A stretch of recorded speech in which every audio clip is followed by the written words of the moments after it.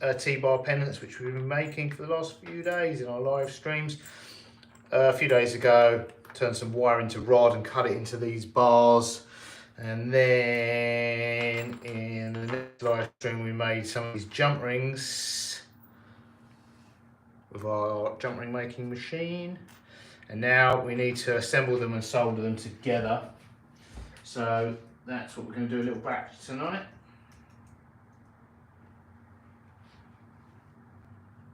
Let's get the music going and solder together some necklaces.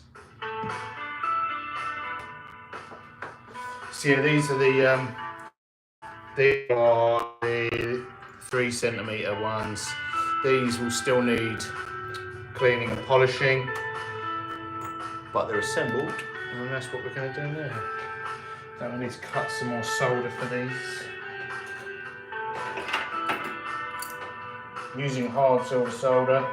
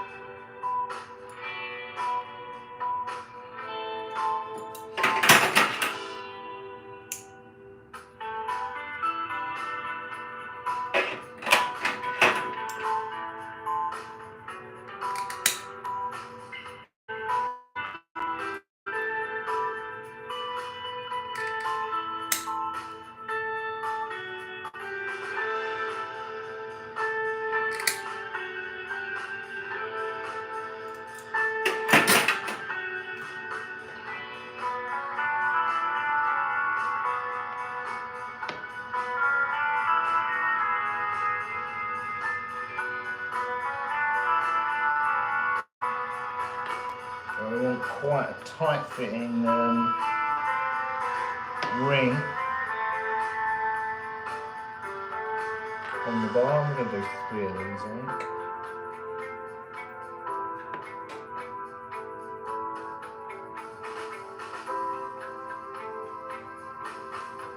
Read them quite tight so they don't move around and everything's hot too much. But if you have a too tight, I'm talking fractions of a mil, they open up slightly and you get a noticeable gap, so it's a fine line between just right and just wrong.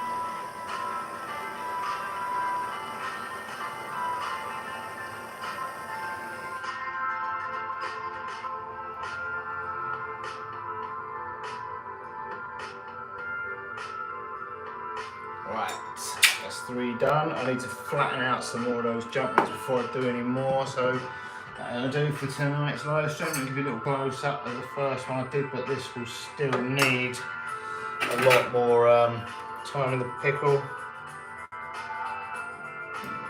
pretty straight actually.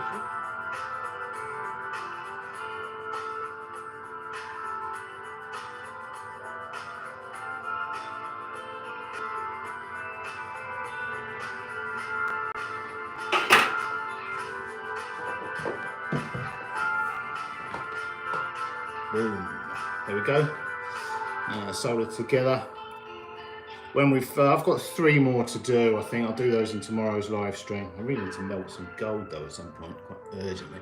But once I do those 3 tomorrow, I've got, you can see there, let me move the camera, I've got a big